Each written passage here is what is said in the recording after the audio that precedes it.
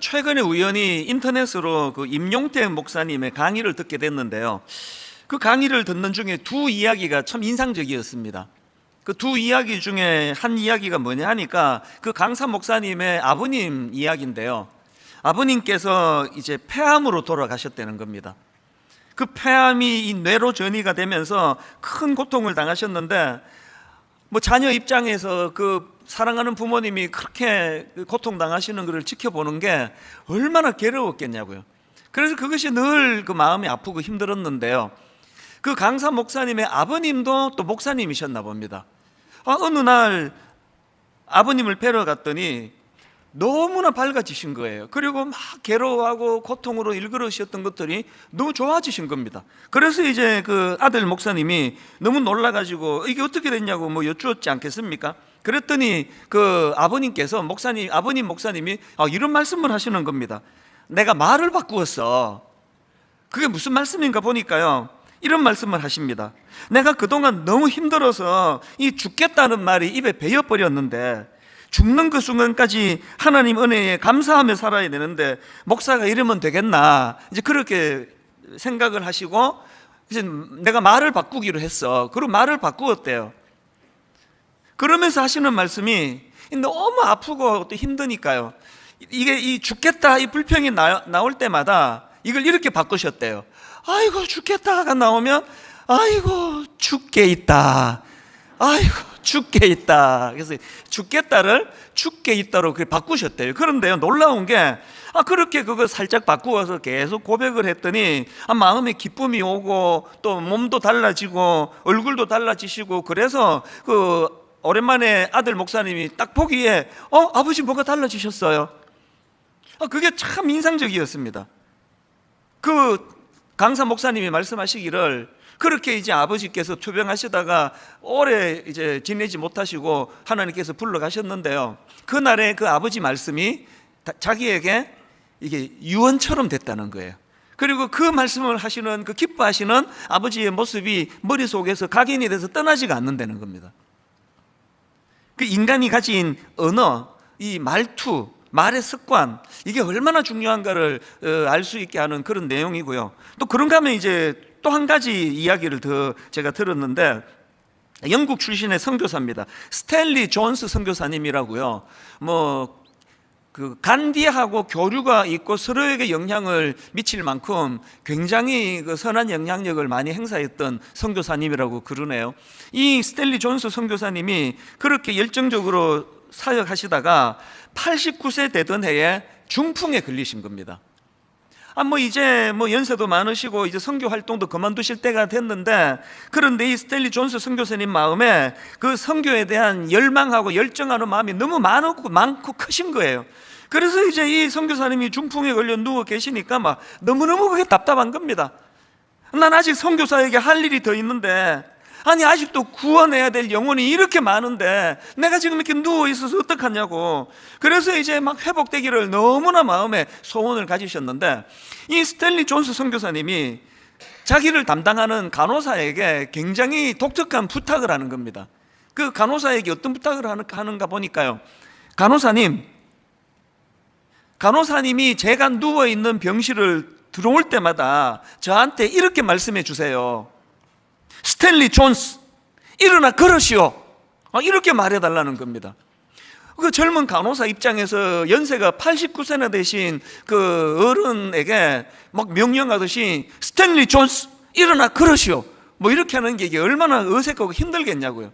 근데 워낙 환자가 간곡하게 부탁을 하니까 이제 그때부터 이제 스탠리 존스 그 선교사님 누워 계시는 데를 갈 때마다 그 간호사가 계속 선포했다는 겁니다. 스탠리 존스, 일어나 걸으시오. 그때 기적이 일어났다는 겁니다. 그 선교사님이 중풍으로 쓰러지신 지 6개월 만에 다시 일어나 걷게 됐다는 거예요. 저는요, 이게 무슨 주문처럼 그걸 계속 들려줘서 일어났다고 생각하지 않습니다. 하나님께서 보신 거예요. 그 연세에도 불구하고 난 아직 할 일이 있는데, 아직도 구원해야 될 영혼이 너무 많은데, 그 절박한 마음을 가지고 계속 그렇게 선포하면서 다짐하기를 원하는 그 선교사님의 애틋한 마음을 그 하나님께서 보시고 귀하게 보셔서 그를 이렇게 세웠다고 저는 믿습니다. 근데 제가 그 강의를 들으면 세상 깨달은 게 뭐냐면은 하나님 앞에서 소원이 있다면 그걸 선포하는 거구나. 하나님 들으시도록 계속 선포해야 된다는 거예요. 이렇게 인간이 가진 언어 습관이 이 이거 어떻게 사용하느냐가 그 인생에 굉장히 중요한 영향을 미친다는 그 내용의 강의를 제가 들으면서 옛날에 제 생각이 나는 겁니다. 사실 이거 저도 경험한 거거든요. 처음 이민 갔을 때 뭐 너무너무 초라했던 저 아닙니까?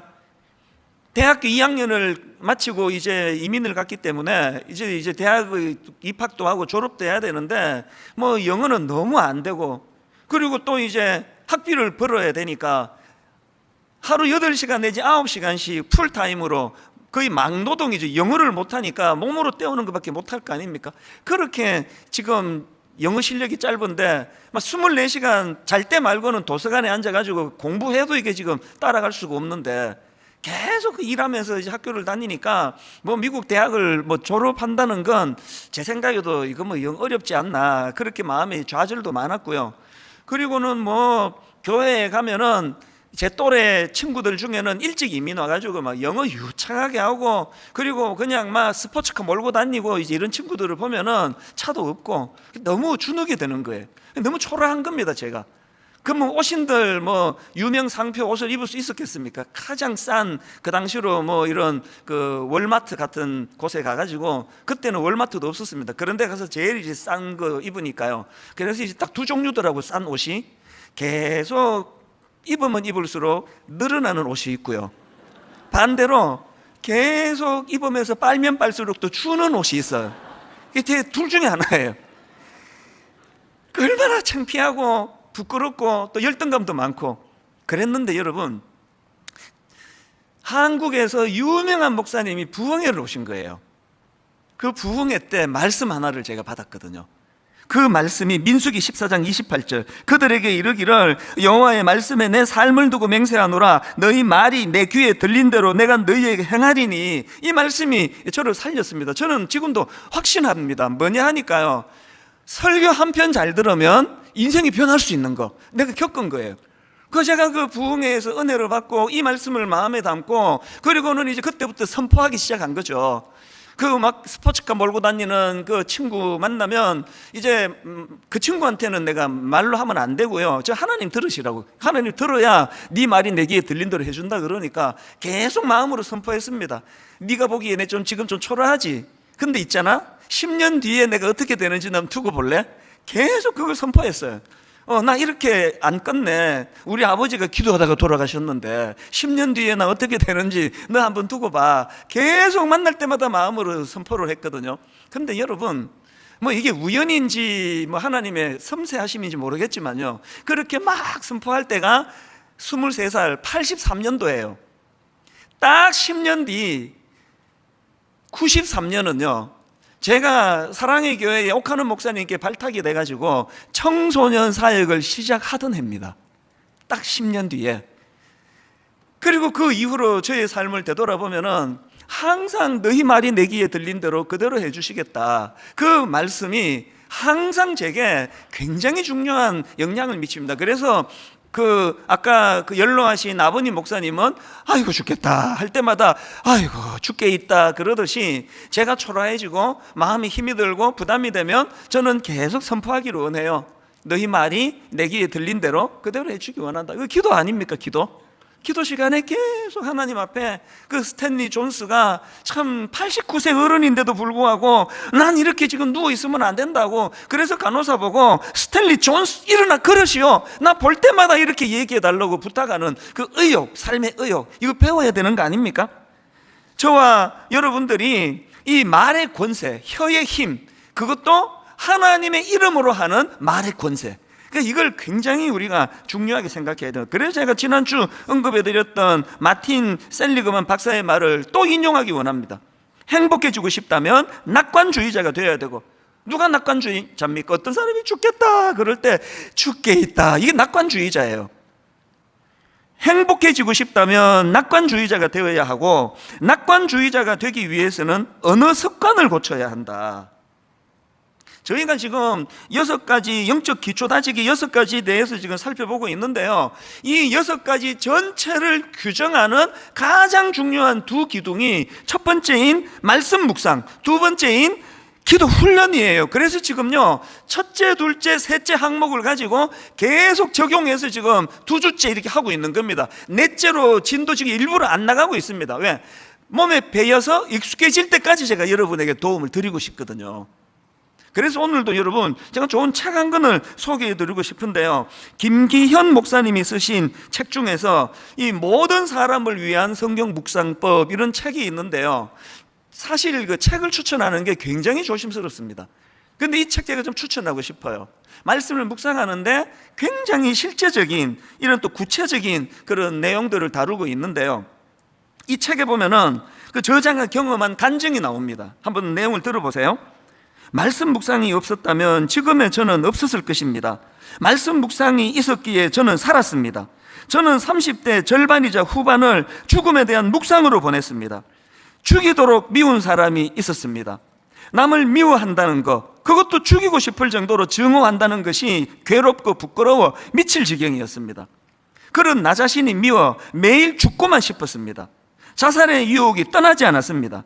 이러다간 죽든지 죽이든지 할 것만 같았습니다. 심각하죠? 또 이런 내용도 있습니다.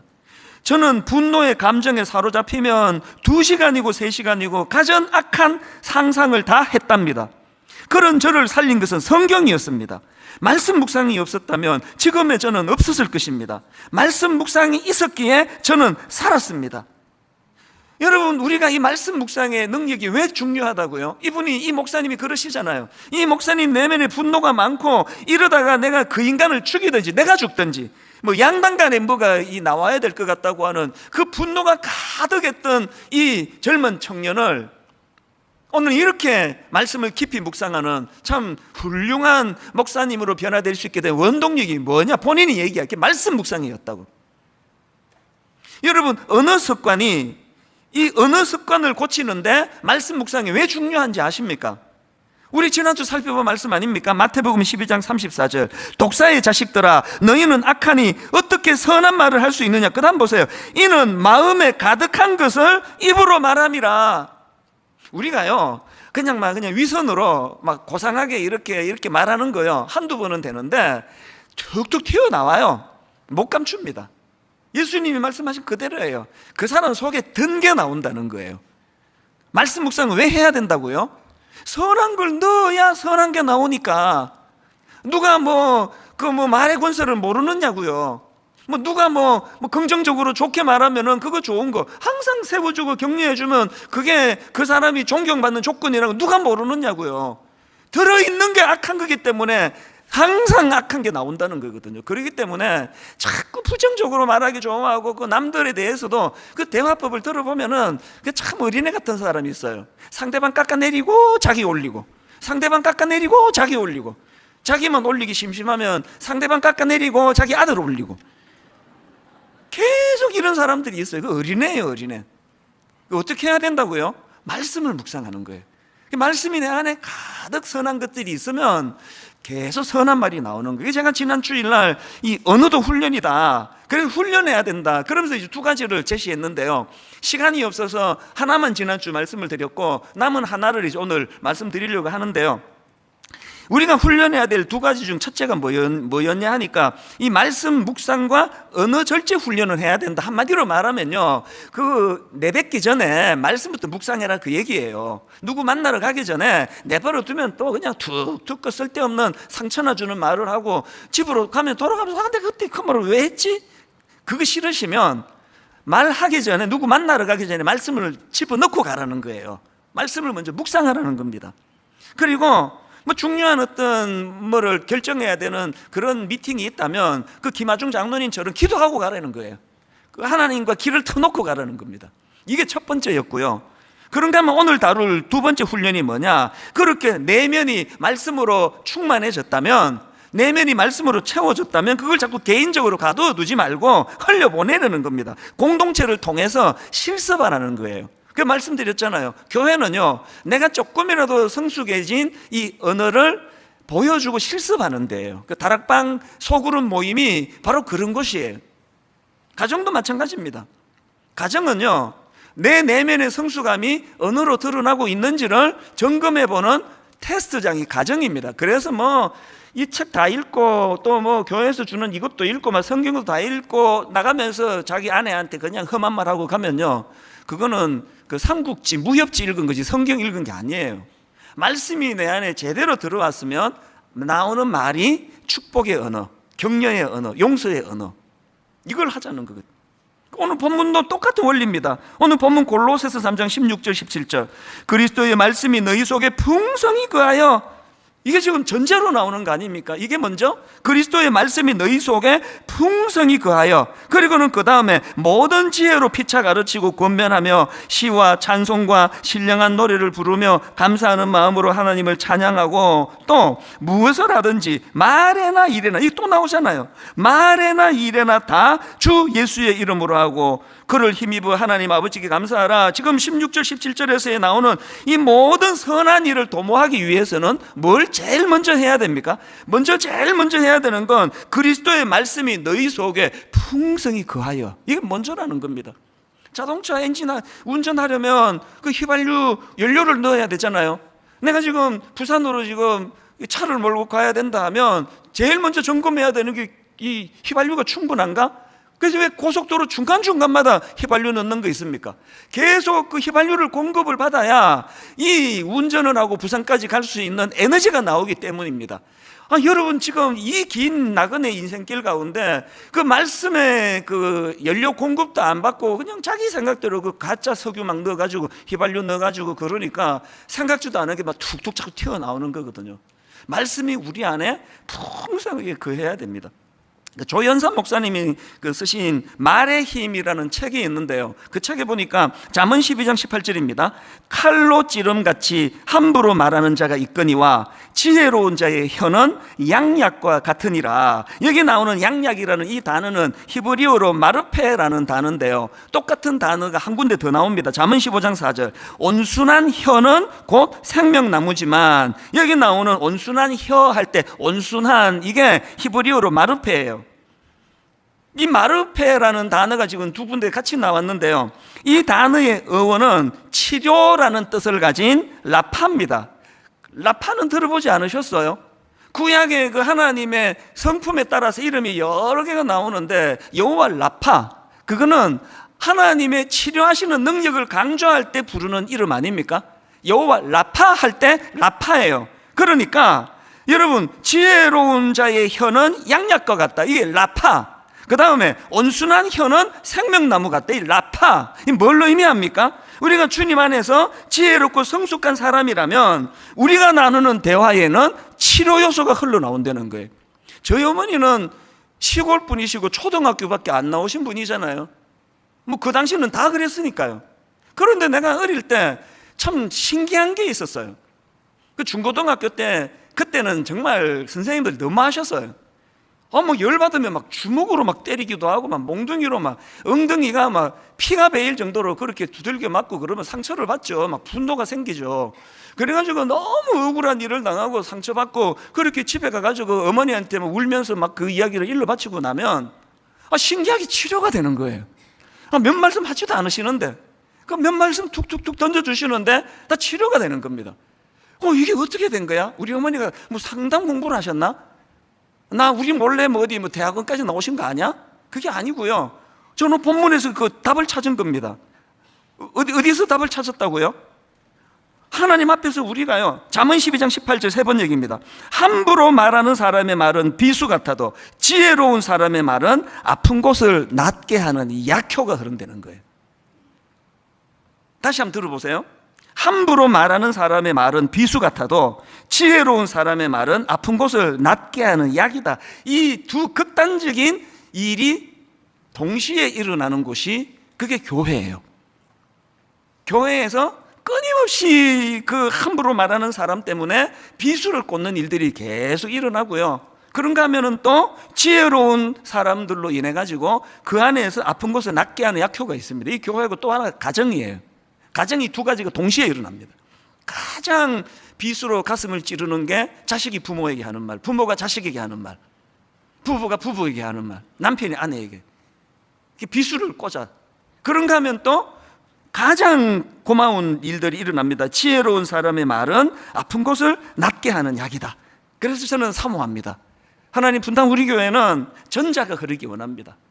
큰일 날 소리, 후자가 흐르기를 원합니다. 하나님 분당 우리 교회는 그렇게 함부로 말하는 사람들 때문에 그 비수를 꽂는 이런 일이 일어나지 아니하고, 참 우리 교회 성도님들 말씀으로 무장된 성숙한 성도님이셔서 지혜로운 사람의 말은 아픈 곳을 낫게 하는 약이라는 이것이 늘 우리 교회 안에서 증명되도록 은혜 내려주시기 원합니다. 정말 저는 사모합니다. 분당 우리 교회는 정말 비수로 찔러 피 흘리게 하는 사람이 없었으면 좋겠습니다. 저희 교회의 초창기 분들을 생각을 해보면요, 이후에 오신 분도 다 너무너무 귀하시지만 초창기 분들은 이제 숫자가 많지 않으니까 제가 다 대면하면서 알던 분들이니까요. 참 그 성숙한 분이 많으셨어요. 최근에 제가 아주 오랜만에 그 권사님 한 분을 이제 그 가정을 신방을 해서 그 부부가 만나서 대화를 나누는데, 내가 잊고 있던 많은 생각이 떠오르는 거예요. 이분은 그냥 평범한 주부세요. 그런데요, 틈틈이 이제 책을 읽고 공부를 하고 또 상담 공부도 계속 하시고, 그래서 이제 제가 이제 담임 목사로 있으면 그냥 좀 어려운 일이 있으면 이제 교구 목사님을 찾아가서 이제 기도 부탁하고 하시는데요, 너무나 힘들고 어려울 때는 이제 담임 목사를 가끔씩 찾습니다. 그러면 이제 그분을 뵙고 대화하고 상담을 하다 보면 그 상처가 너무 깊어가지고 이거 한번 기도해 드리고 상담해 드려서 이게 나아질 거리가 아니다 하면, 놀랍게도 저는요 여러 번 그 권사님에게 의뢰를 했어요. 목사님에게 안 하고. 왜? 몇 번이나 그런 검증이 있었거든요. 그래서 이 권사님이 이제 그분을 만나서 대화하고 상담해주고 그러면 그 깊은 병으로 고통하던 사람이 낫는 거예요. 치료가 되는 거예요. 이게 너무 감사한 일인 거예요. 어떻게 이런 일이 가능했을까 보니까 창세기 12장, 잠언 12장 18절 말씀 그대로예요. 지혜로운 사람의 말은 아픈 곳을 낫게 하는 약이다. 딱 작년 이맘때 같은데요, 그 프로가 지금 없어졌지만 백종원의 골목식당이라는 프로가 있었지 않습니까? 그 주에 제가 그 프로를 보고 우리 교역자들을 다 모아놓고 이거 다 봐라, 꼭 봐라. 볼 수 있는 그게 집에 뭐 그런 프로그램이 없으면 뭐 옆집에 가서라도 꼭 봐라, 이거 봐야 된다. 제가 권했던 그날의 그 에피소드가 뭐냐 하면은요, 모녀가 김밥집을 하는 상황이에요. 그래서 이제 백종원 골목식당 팀이 거기 가서 이제 여러 가지를 도와주고 있는데, 제가 눈물을 흘렸던 한 그 포인트가 있습니다. 지금 이제 이분이 그 백종원 씨랑 상담을 하는데 안 해도 되는 이야기를 하시는 거예요. 뜬금없이 갑자기 이 어머니가 하시는 말씀이, 사실은 얘가 이제 모녀가 하니까 옆에 이제 자기 딸이 있는데 사실은 얘가 내 딸이 아닙니다. 입양했다는 거죠. 아니 왜 그 김밥집 하는데 뭐 재료 이런 거 물어보면 되는데 그거 왜 민망하게 이야기 왜 하시느냐고요. 그 다음 이 엄마가 하시는 말씀을 보고 내가 의도를 알았죠. 사실은 얘가 내 딸이 아니다. 그러고 그 다음에 어머니가 이런 말씀을 하세요. 우리가 지금 이 식당 하면서 엄청난 빚을 졌다는 거예요. 그게 무슨 뜻인지 아시겠죠? 그 왜 안 해도 되는 이야기를 온 지금 시청자들이 다 보는데 왜 하는지 아시겠죠? 좀 불쌍히 여겨달라는 거죠. 도와달라는 거죠. 제가 그거 보고 울었어요. 그래서 제가 전 교역자들을 다 모아놓고 지금 우리 성도님들이 이 목사들한테 와서 기도 부탁하고 할 때 이게 얼마나 절박하고 절실한 거겠냐고, 그런 기도 부탁을 할 때 우리가 그 애틋한 마음을 가지고 그걸 헤아릴 줄 알아야 된다. 그러려면 어떻게 해야 되느냐. 제가 오늘 이 말씀을 준비하다가 불쑥 그 생각이 떠오른 거예요. 여호와 라파, 성도들이 목사님을 만나가지고 기도 부탁을 하면은 그 목사님이 너무너무 사랑하는 마음을 가지고 기도할 때 그 입술을 통하여 하나님 이 성도님 치유하여 주시옵소서, 그렇게 기도할 때 거기에 회복의 능력이 좀 나타나기를 원한다는 거예요. 그 좀 이런 게 나타나는 교회가 되기를 원한다는 거거든요. 저는 진짜 하나님 앞에 사모합니다. 그래서 저는 지난 주간에 에스겔 37장이요. 자, 에스겔 37장 1절입니다. 여호와께서 권능으로 내게 임하시고 그의 영으로 나를 데리고 가서 골짜기 가운데 두셨는데 거기 뼈가 가득하더라. 지금 에스겔이요, 성령의 인도함을 받아가지고 골짜기 가운데서 그 아래를 보고 있는데 뼈들이 가득한 거예요. 환상 중에 이거를 보고 있는데 주님이 물으십니다. 이 뼈들이 살아나겠니? 에스겔이 자신이 없어가지고요, 애매모호하게 답을 해요. 주님께서 하십니다. 그래서 이제 주님이 명령을 하시거든요. 이 마른 뼈들에게 너 입술로 선포해라. 이런 내용을 다루고 있는 게 에스겔 37장인데요. 저는 에스겔 37장에서 제일 빈번하게 나오는 단어 하나에 주목하는 거예요. 에스겔 37장에 제일 빈번하게 나오는 단어가 대언하라예요. 대언하라. 대언하라. 자, 한번 몇 구절 읽어드릴게 보십시오. 에스겔 37장 3절부터 5절입니다. 그가 내게 이르시되 인자야, 이 뼈들이 능히 살 수 있겠느냐 하시기로 내가 대답하되 주 여호와여, 주께서 아시나이다. 또 내게 이르시되 너는 이 모든 뼈에게 대언하여 이르기를 너희 마른 뼈들아, 여호와의 말씀을 들을지어다. 주 여호와께서 이 뼈들에게 이같이 말씀하시기를 내가 생기를 너희에게 들어가게 하리라. 너희가 살아나리라. 또 7절 이에 내가 명령을 따라 대언하니 대언할 때에 소리가 나서 움직이며 이 뼈 저 뼈가 들어맞아 뼈들이 서로 연결되더라. 그리고 9절 10절 또 내게 이르시되 인자야, 너는 생기를 향하여 대언하라. 생기에게 대언하여 이르기를 주 여호와께서 이같이 말씀하시기를 생기야, 사방으로부터 와서 이 죽음을 당한 자에게 풀어서 살아나게 하라 하셨다 하라. 이에 내가 그 명령대로 대언하였더니 생기가 그들에게 들어가매 그들이 곧 살아나서 일어나서는데 극히 큰 군대더라. 여러분, 지금 하나님과 에스겔이 서로 주거니 받거니 하는 흐름이 읽혀지십니까?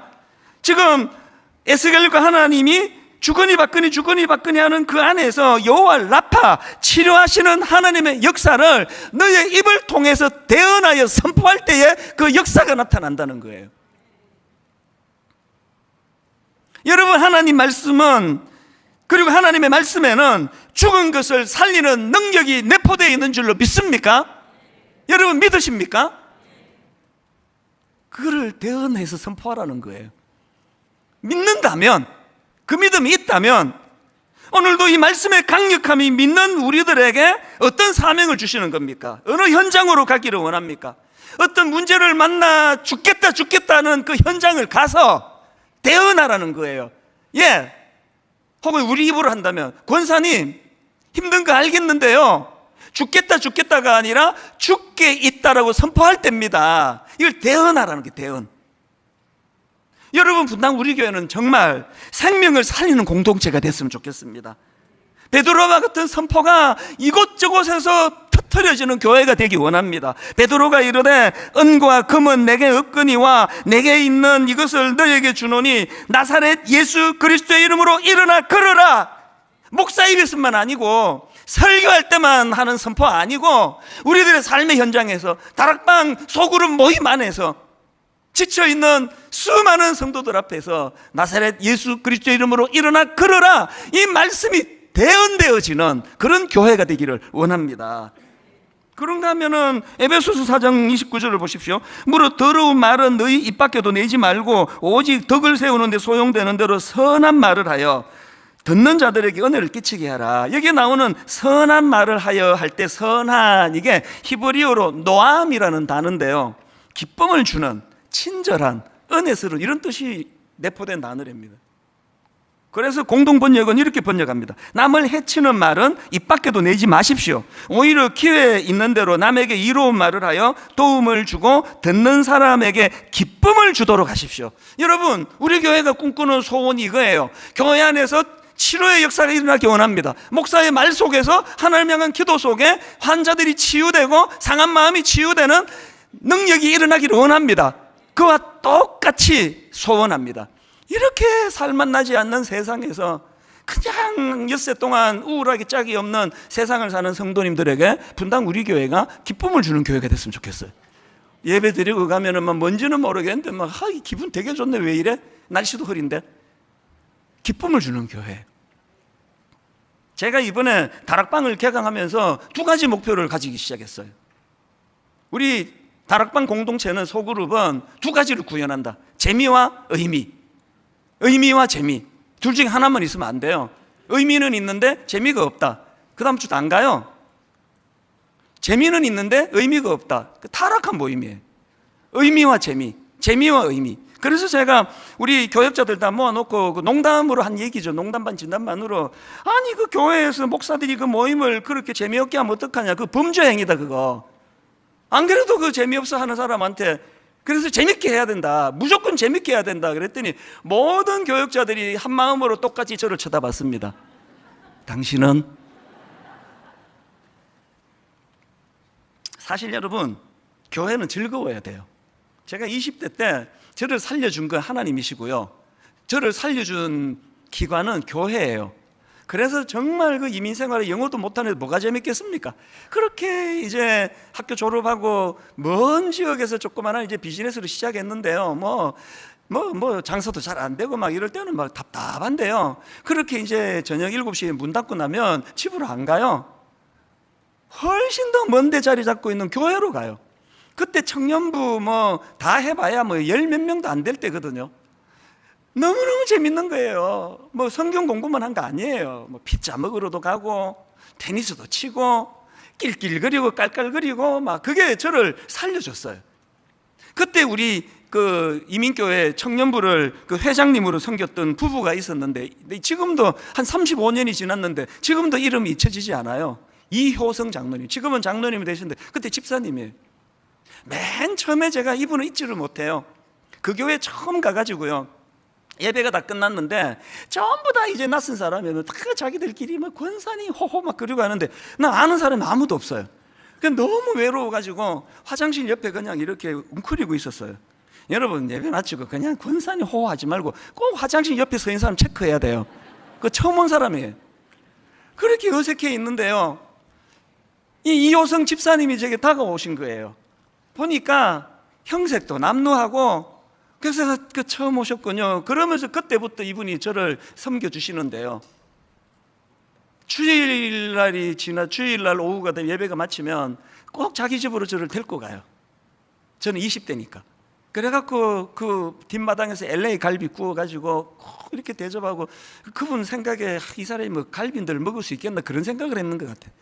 막 계속 주중에 먹는데 사실 계속 갈비 구워서 주시고, 그리고는 이제 그 다음에 들어와. 그래서 거실에서 차 한잔하고 그러면서 늘 용기를 주는 말씀을 하셨는데, 지금 제가요 오랜 세월이 지났는데 그분이 주신 말씀 하나도 기억 안 나는데요, 요약해보니까 이 말씀을 주신 거더라고요.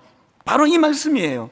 민수기 6장 24절. 여호와는 내게 복을 주시고 너를 지키시기를 원하며, 여호와는 그의 얼굴을 내게 비추사 은혜 베푸시기를 원하며, 여호와는 그 얼굴을 내게로 향하여 드사 평강 주시기를 원하노라 할지니라. 이 말씀에 요지로 저를 위로해 주시고 힘을 주셨던 거예요. 제가 그 사랑의 빚을 잊지 못해서 목사가 되고, 여러분에게도 제가 그런 말씀을 선포하는 종이 되기를 일주일 내내 사모하는 거거든요. 여러분, 이런 은혜가 넘치는 그런 교회가 되기를 원한다면 오늘 본문 골로새 3장 16절, 그리스도의 말씀이 너희 속에 풍성히 거하여. 결론을 이렇게 맺기 원합니다. 여러분, 우리 영적 기초 다지기 6가지 중에 첫 번째 말씀 묵상, 두 번째 기도 훈련, 이거는 기초 중에 기초입니다. 하셔야 됩니다. 여러분, 내가 또 이것도 손에 듭니다. 하루 한 구절 묵상 핸드북. 아이고, 저 목사는 그냥 지치지도 않나? 지쳐요. 좀 하시라고. 프린트 하셔가지고 한번 해보세요. 말씀을 묵상하시고. 그래서 저는 결론으로요, 요한복음 5장 25절, 진실로 진실로 너희에게 이르노니 죽은 자들이 하나님의 아들의 음성을 들을 때가 오나니 곧 이때라. 듣는 자는 살아나리라. 비행기 탈 때마다 제가 감동을 받는다 그랬잖아요. 맨 처음에 안내 영상, 비행기가 추락하거나 바다에 빠지거나 그러면 생명선이 뚝 떨어지는데 산소 마스크, 연약한 아이나 연약한 장애인들에게 해주기 전에 먼저 당신이 써라. 당신이 먼저 써서 산소를 공급받아라. 그리고 약자들을 도와라. 여러분, 말씀으로 듣는 자가 살아나리라. 여러분, 살아나셔야 돼요. 여러분, 회복되셔야 합니다. 여러분이 회복돼야 여러분 자녀들을 섬길 수 있고 도울 수 있고 살릴 수 있습니다.